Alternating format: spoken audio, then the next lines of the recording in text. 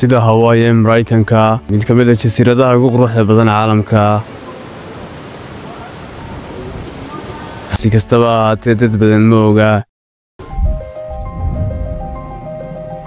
haddii aad si dhaqso ah u eegto khariidada waxaad arki kartaa halka ay ku yaalaan inta badan dalalka Carabtu. However, waxaa jira dal Carabeed oo ku qarsoon badweynta Hindiya. welcome to the Comoros. jasiiradda dayaxa ee Afrika. tani waa Comoros. anigu waxaan ahay dayax. waxay ugu yeedhaan jasiiradda dayaxa sida dayaxa oo kale ay u shasaa.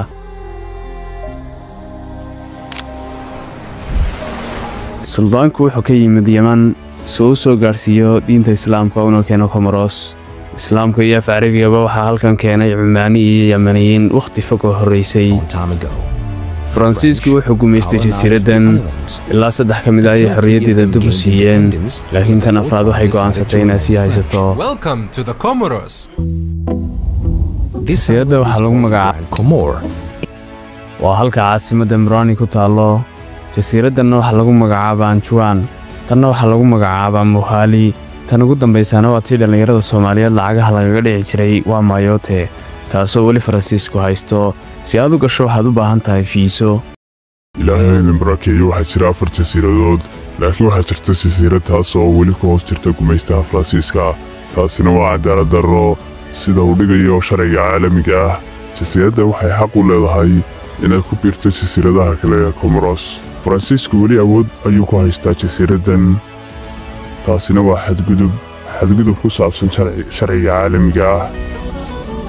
hadda waxaan ku sugannahay jasiiradda Yacyretá. jasiiraddan Grand Comoros caasimadeedu waa Maroni. waxaa jira jasiirado kale oo ah Niswani iyo Mohali. jasiiradda afraadna waa Mayotte. si kastaba ha ahaatee sida uu adduunku og yahay, tani waa cadaalad darro marka loo eego sharciga caalamiga ah. ma jirto wax xaq ah oo ay leeyihiin inay sidaas sameeyaan. qayb ahaan hadalkaasi waa sax, sababtoo ah Francisco wuxuu ku qanciyey inuu lacaga siiyo si ay u helaan nolol farxad leh. dhibaatada ugu weyn ayaa ah inaysan wax baran.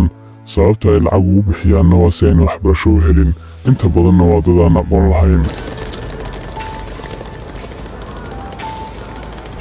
si aan halkaas u gaarno waa inaan duulimaad ku tagnaa Tanzania.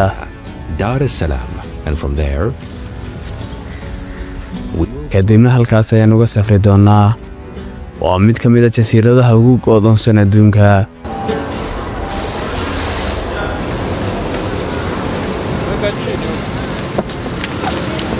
Good morning, ladies and gentlemen. My name is Joseph Iman. jasiiraddan Carabeed ee la ilaaway wax badan kama aqaano. xagee ayaad u socotaa? To the Comoros. such a beautiful name.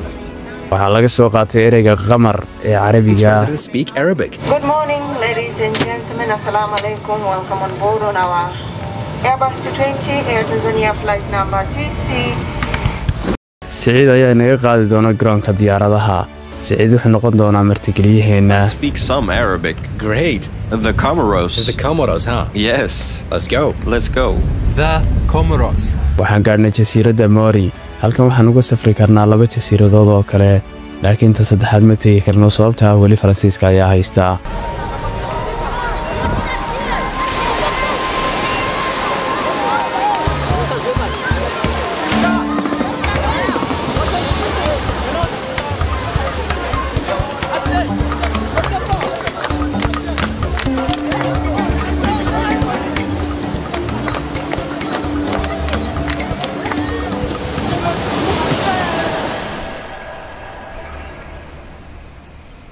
faahfaahin dheeraad ah idinka siiyo.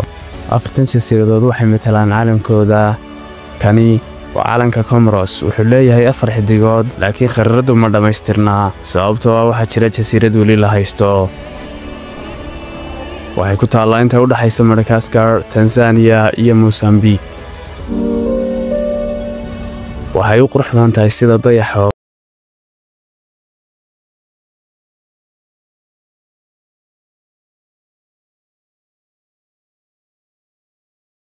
meel kasta oo aad ka booqato dalkan, jasiiradihiisu 100% waa dad muslimiin ah.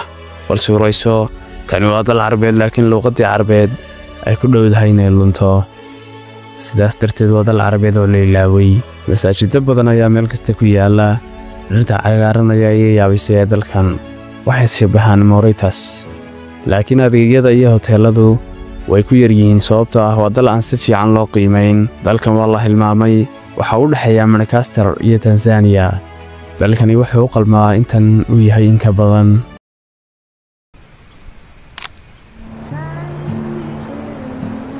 waagii hore markay Cumaan iyo Yemen ahaayeen boqortooyinka xooggan ee muslimiinta, Cumaaniyiinta ayaa yimid Comoros si ay u faafiyaan Islaamka. It's Eid, right? Yes, have a blessed Eid.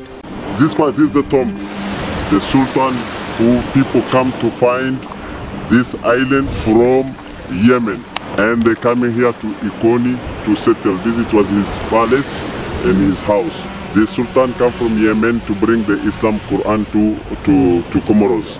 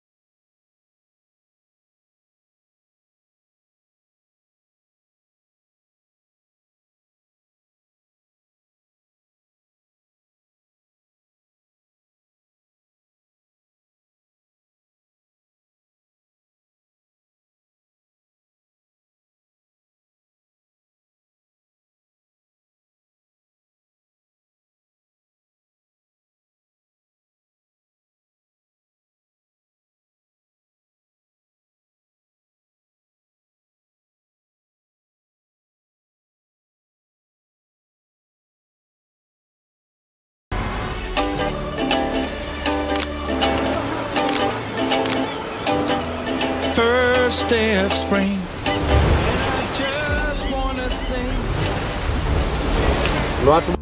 kuwani waa haweenka kalluumaysatada ee dadka deegaanka ka mid ah. Shaqada ugu caansan halkan waa kalluumaysiga.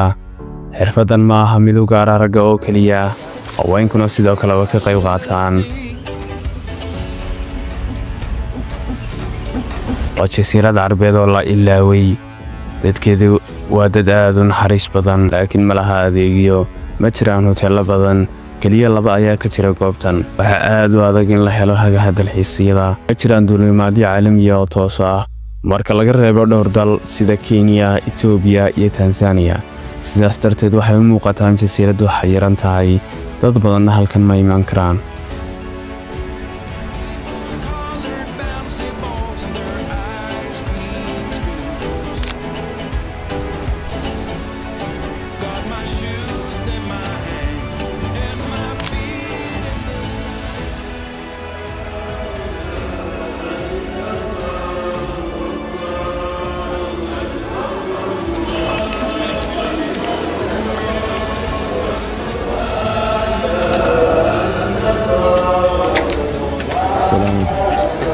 The Comoros. qaar ka mid ah jasiiradaha ugu quruxda badan waa jasiirada isku dhafa, waxaadna dareemi doontaa inay yihiin Yemen, Cumaan iyo Afrikaan. Make yourself at home. Where did your Arabic go? I really don't know. You don't know? I don't know. I don't know. Where did the language go? It ran away. It really ran away. It ran away. We're so happy that you came to our islands. The Arabic is gone.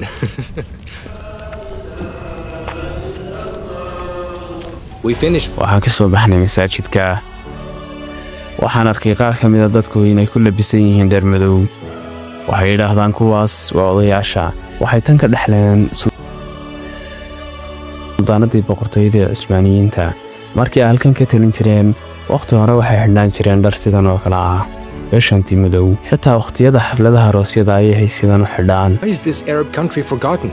sababtoo ah meel fog ayuu ku yaal wuxuu ka go'an yahay dalalka carabta sidaas darteed waxa uu ka fog yahay dalalkiisa kale ee carbeed tan iyo markii dalka uu ku biiray ururka carabta 1993 sidii aan hore kuugu sheegay horumaro badan ayaa dhacay hataa qofka waxbarashadiisu way kooban tahay faransiiska ayaana bulshadan u dhow waxaan hadda ka xumahay sababtoo ah markii aan dugsiga ku jiray luqadda carabiga waan u gambin jiray markaan halkan ku aragno walaalaheenna muslimiinta ah waxaan dareennaa farxad iyo raynrayn faransiisku